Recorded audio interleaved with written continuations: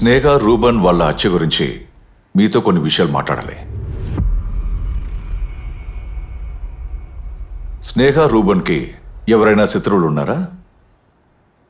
Sir, తనకి శత్రువు ఉన్నారో లేదో తెలియదు కానీ తన శత్రువు మాత్రం తన హస్బెండ్. శత్రువు మాత్రమే కాదు, వాడే నా కూతుర్ని చంపింది కూడా. వాడొక అయోగ్యుడు. మీరు ఇంతకు ముందు రూబన్ని కొట్టడానికి రౌడీలను ఏర్పాటు చేశారు కదా? అది సార్, వాళ్ళ మధ్య ఉన్న సంబంధం నాకు తెలిసాక నేను ఆ రూబన్ గురించి తెలుసుకున్నాను. అప్పుడు కొన్ని విషయాలు తెలిసాయి సార్. అతని గురించి వినదాన్ని బట్టి అతను మంచివాడు కాదు సార్. మీకు తెలుసా, ఆ సమయంలో మా అమ్మాయికి ఒక మంచి సంబంధం కూడా వచ్చింది సార్. అప్పుడే అతను మా కూతుర్ని తీసుకువెళ్ళిపోయాడు. ఆ తర్వాత మాతో కలవడానికి మాట్లాడడానికి కూడా మా అమ్మాయికి అసలు అనుమతి ఇచ్చుండడు సార్. పెళ్లి తర్వాత రూబన్ స్నేహ మధ్య ఉన్న సమస్యలు మీకు తెలుసా? లేదు సార్, అలా ఉండడానికి ఒకే ఒక రీజన్ అతని పాత అలవాట్లే.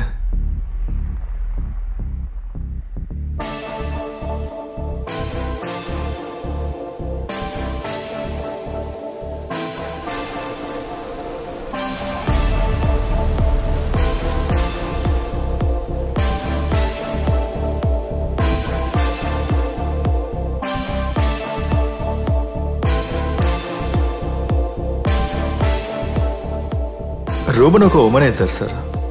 మేము స్నేహకి ఎంతో నచ్చ చెప్పాలనుకున్నాం, కానీ కుదరలేదు సార్. చివరికి మేము రౌడీల్ని ఆశ్రయించాల్సి వచ్చింది.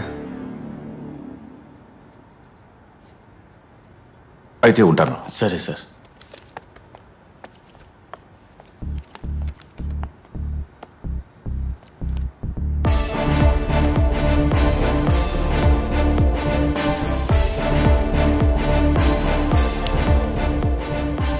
ఇంకా ఎవరు వారసులు లేకపోవడంతో ఈ ఆస్తులంతా మీకే సొంతం కదా, అవునా?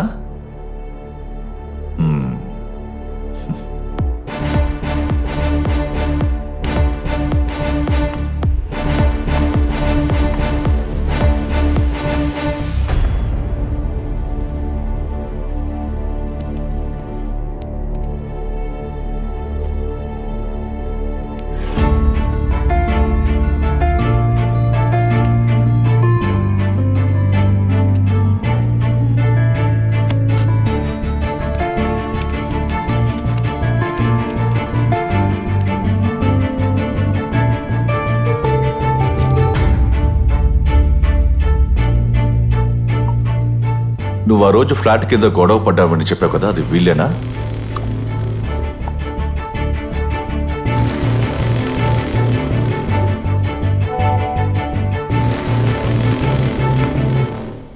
లేదు సార్, ఆ రోజు నేను చూసింది వీళ్ళని కాదు, బాగా గుర్తుంది.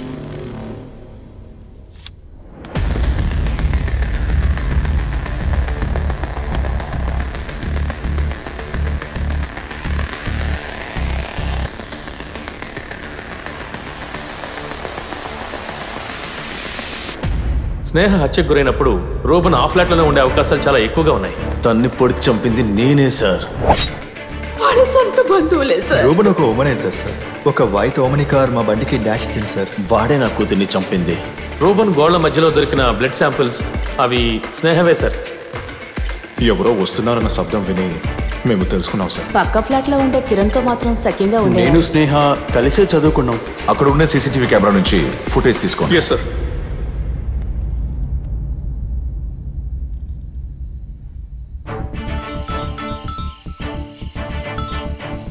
సార్, ఆ సీసీటీవీ విజువల్స్ ని కలెక్ట్ చేశారా? చేశాం సార్.